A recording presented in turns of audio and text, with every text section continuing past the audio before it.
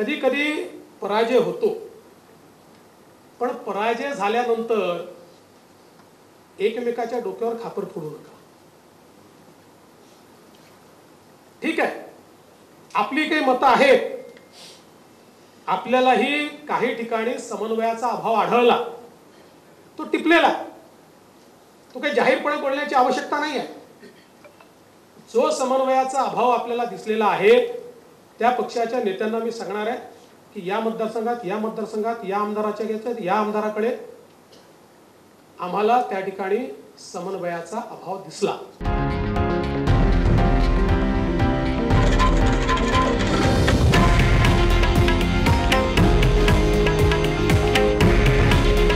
हे आहे देशातील नंबर 1 न्यूज नेटवर्क आणि आपण पाहत आहात TV9 मराठी. काळजी तुमची, हित महाराष्ट्राचं.